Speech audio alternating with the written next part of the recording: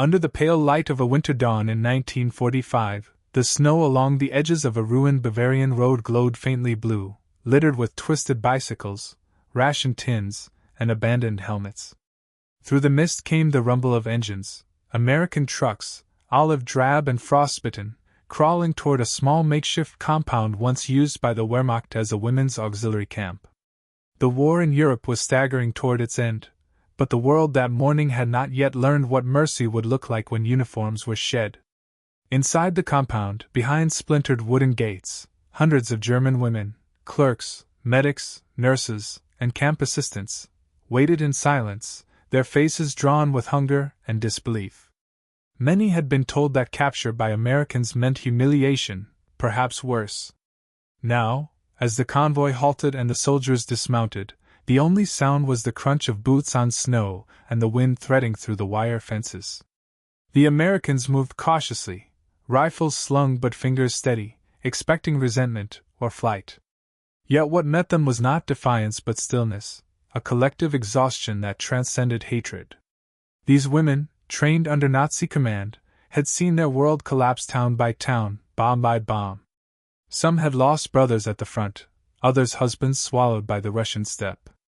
Now, they stared at their former enemy with hollow eyes, waiting for vengeance that never came.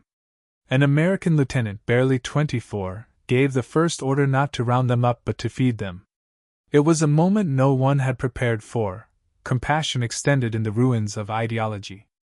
The rations came in brown paper boxes, canned peaches, powdered milk, coffee, and something almost mythical to the starved, chocolate. As the soldiers distributed food, a German nurse named Lotte hesitated before taking hers, whispering a prayer she hadn't said since before the war. Around her, the other women broke down quietly, not from pain but from disbelief. They had been told that Americans would mock or enslave them. Instead, they were being treated as human beings again. One soldier, a farm boy from Iowa, offered his wool gloves to an older woman shivering near the fence. She refused at first, ashamed, but when he insisted, she began to weep. It was not just pity at work, it was moral confusion on both sides. The Americans had trained for years to destroy the enemy, to see them as faceless extensions of tyranny. But now, looking at these frail women in torn uniforms, they saw not monsters but people whose nation had lied to them as cruelly as it had lied to the world. That realization hit harder than any rifle shot. An officer recorded later that some of his men couldn't eat their own rations afterward, disturbed by the fragility they had found behind enemy lines. For the women, the sudden absence of fear felt unreal, like a dream they might wake from to face punishment again. The liberation was quiet, unannounced. No photographers, no parades, only cold wind and cautious gratitude. The Americans dismantled sections of the wire fence and instructed the women to pack what they could carry. Some were reluctant, afraid that leaving the camp would mean losing the last thing they understood, a structure, however cruel, that had defined their survival. Others simply stared across the open road, hesitant to believe the world beyond the gate would accept them. When one of the sergeants pointed toward the nearby village and said, "You're free to go," a stunned murmur ran through the crowd. Freedom, once a word owned by propaganda, had become something fragile and real. Down the road, the first group walked slowly, still glancing back at the camp. They moved not like victors or victims but as people learning to walk again.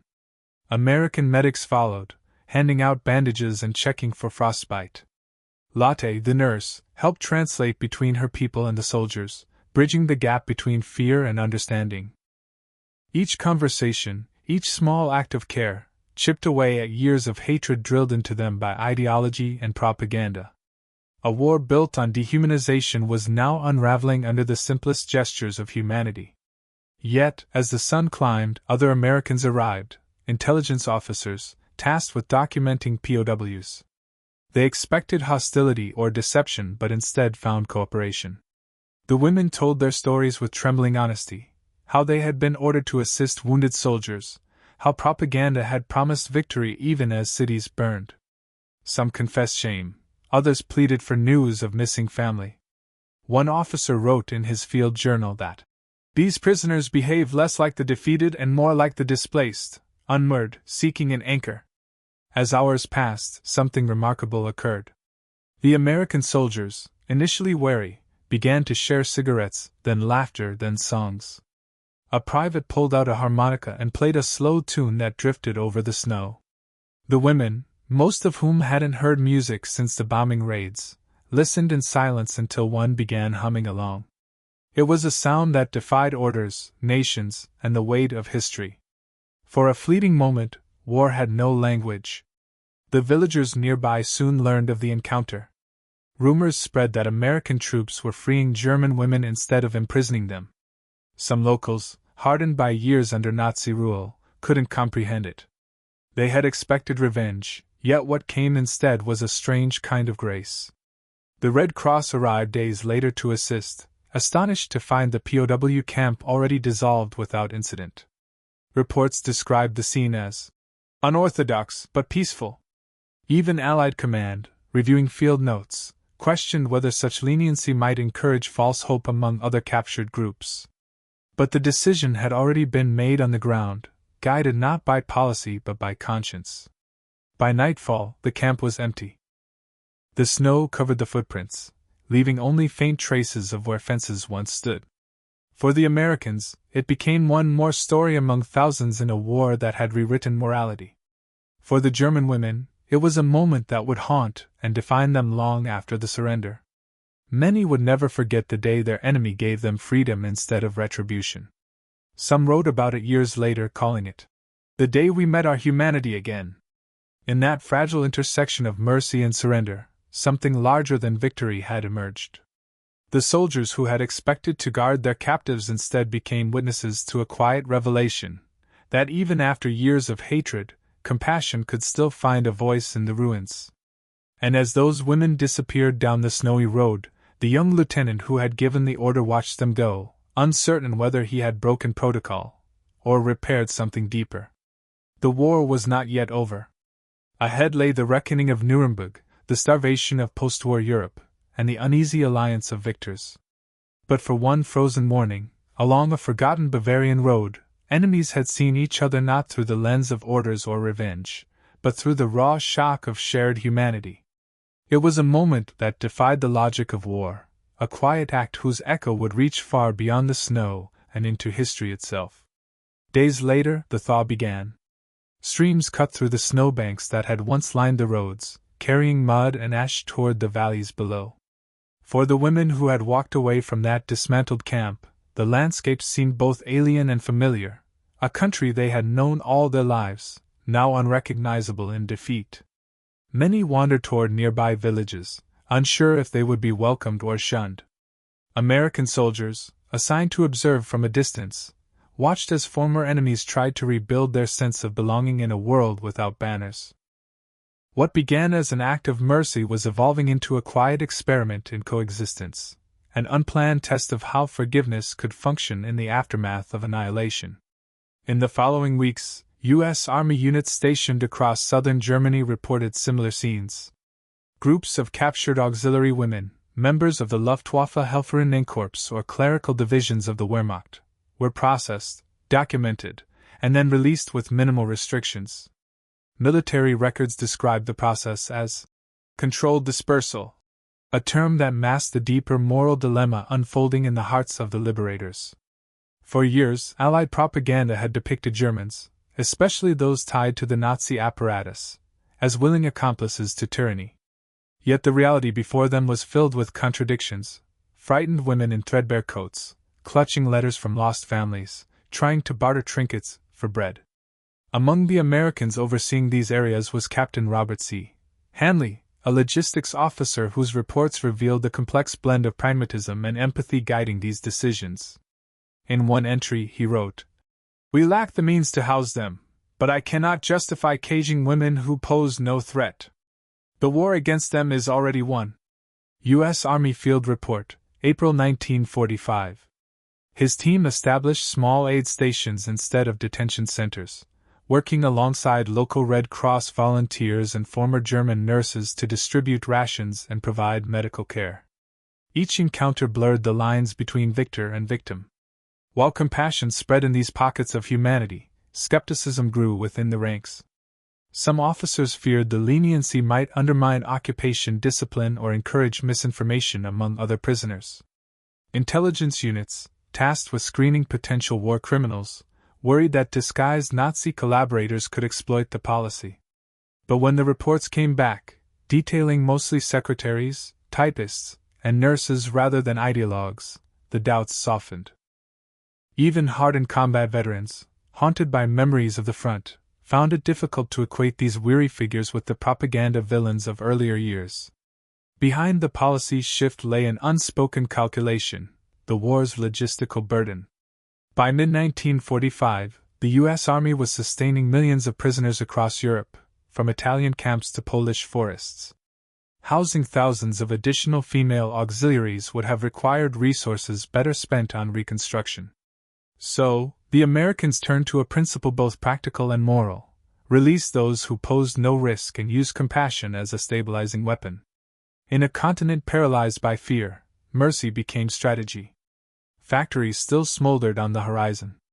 The women, once disciplined by strict military codes, now scavenged bricks and firewood to survive.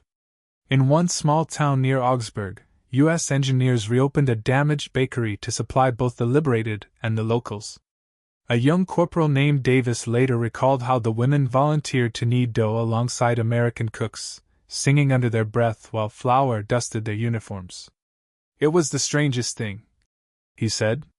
"A month earlier we were dropping shells over them, and now we were sharing bread." Oral Testimony, Allied Occupation Archive, 1947. The more the Americans interacted with them, the more complex the image became. They learned that many of these women had joined auxiliary services not out of fanaticism but survival. Propaganda had promised them security, wages, and food rations for their families. Now stripped of ideology, they spoke openly of disillusionment, their belief in the right dissolving under the weight of its own lies. One German interpreter described it as a generation awakening from hypnosis. But not everyone accepted this narrative of innocence. War correspondents visiting the area raised questions about accountability. Should empathy erase complicity? Could mercy coexist with justice? American commanders debated the optics of such kindness in occupied territory. Yet, when Allied observers witnessed the scenes, women helping repair bridges, sweeping rubble, and tending to wounded civilians, the moral argument became secondary to survival.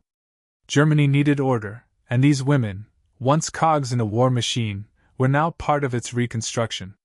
As spring deepened, the first American psychological warfare assessments arrived from Washington.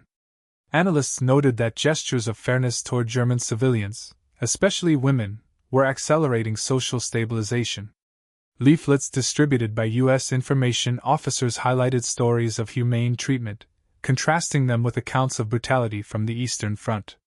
It was propaganda reversed, weaponized kindness designed to prove that democracy could rebuild where dictatorship had destroyed. The shock of compassion became a message in itself. Meanwhile, those who had once been liberated struggled with the guilt of survival. Lotte, the nurse from the Bavarian camp, volunteered at an American medical post, treating soldiers suffering from trench foot and malnutrition. At night, she wrote in her notebook about the irony of bandaging the hands of men who might have once aimed rifles at her brothers. "They call me sister, and I answer," she wrote. "I think that is how peace begins." Private Diary, recovered 1952. Her story, though anonymous in official records, mirrored thousands of others, women caught between remorse and rebirth, navigating a fragile truce of the soul. For American soldiers, these moments reshaped their understanding of victory. The war they had fought was ending not in vengeance but in a quiet moral reckoning. The destruction of Nazism, they realized, required more than military triumph. It required proving that mercy itself could survive total war. In mess halls and briefing tents, officers spoke of winning the peace as the new mission. They no longer needed to destroy the enemy, they needed to rebuild the human being. By June 1945, Allied reports listed nearly 50,000 released female POWs in Germany. Most disappeared into the wreckage of postwar Europe, taking odd jobs, reclaiming homes, or caring for orphaned children.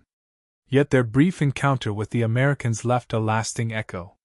Rumors spread across towns that the U.S. Army had treated its prisoners with dignity, and even former enemies began to trust the uniform once feared. In cafes and railway stations, stories circulated of soldiers who had shared rations, played music, or simply listened. It was an image that astonished a world accustomed to revenge. The policy drew sharp criticism from some Allied newspapers, which accused the U.S. Army of romanticizing the defeated. But those who had witnessed the reality on the ground knew it was no romance. It was survival disguised as grace. The women who walked free that spring carried the memory like a scar and a gift, uncertain whether the world would ever believe them.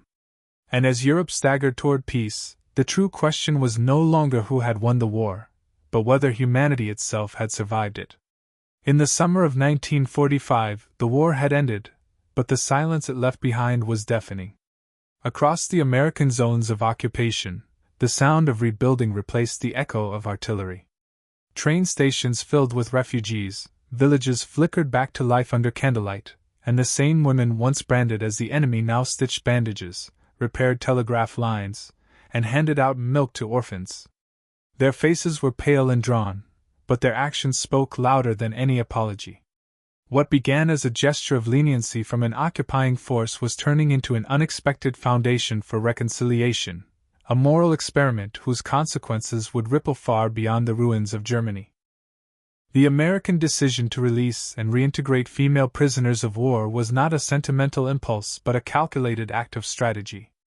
Intelligence officers from the Psychological Warfare Division had argued that compassion could pacify where punishment might provoke resistance. Their reports concluded that mercy, properly directed, could dismantle the last ideological holdouts of Nazism faster than bullets ever could. U.S. Strategic Analysis Memo, July 1945. The move also served another purpose: to contrast American ideals against Soviet ruthlessness. While reports from the East described mass deportations and brutal reprisals, the U.S. Army presented itself as the face of justice tempered with humanity, a deliberate projection of power through restraint. This approach reshaped the psychology of both victor and vanquished. For many German women, the release was an emotional dissonance they struggled to comprehend. Some had expected internment, others execution. Instead, they found themselves treated with civility, given food, and sometimes even offered work. In their diaries, astonishment gave way to reflection. One former auxiliary, writing anonymously in 1946, confessed, "They treated us like people, not enemies. It broke something inside me, something I didn't know was still human." Such sentiments, quietly shared in letters and journals, began to challenge the lingering myth of the invincible Reich from within. The Americans, too, were changed.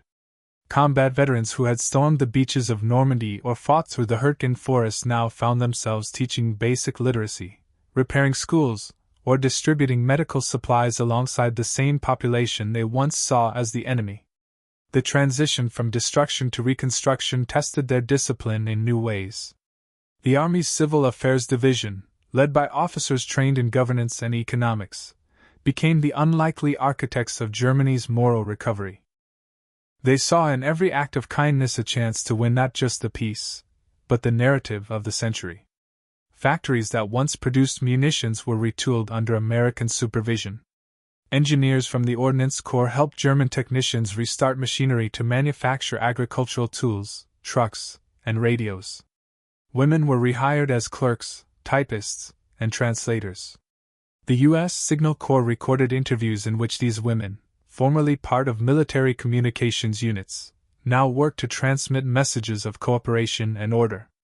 One recording captured a moment that later circulated among troops: a German operator, her voice trembling, signing off with the English words, "Thank you for the bread."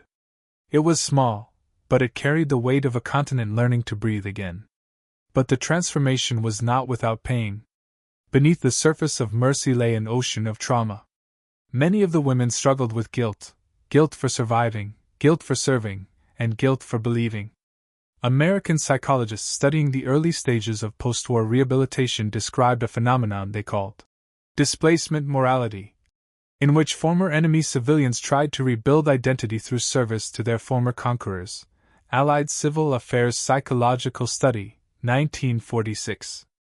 It was a fragile balance, the need for redemption clashing with the humiliation of defeat.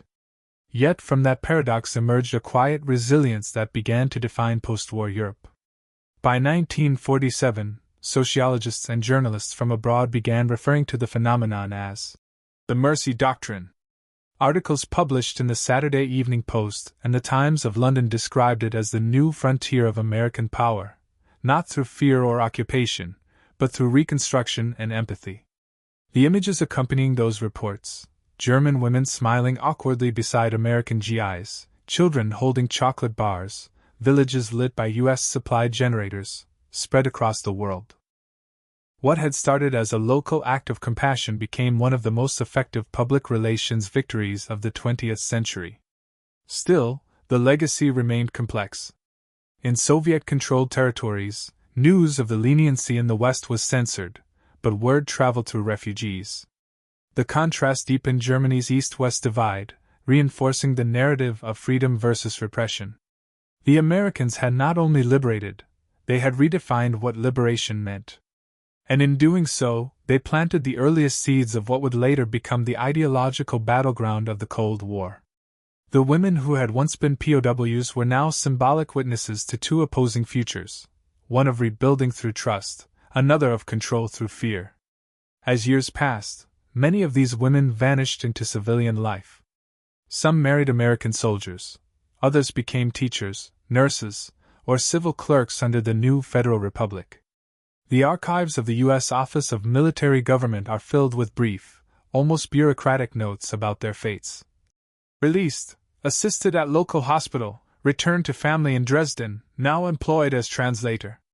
Their individual stories rarely made headlines, but collectively, they shaped the emotional topography of a continent emerging from ruin.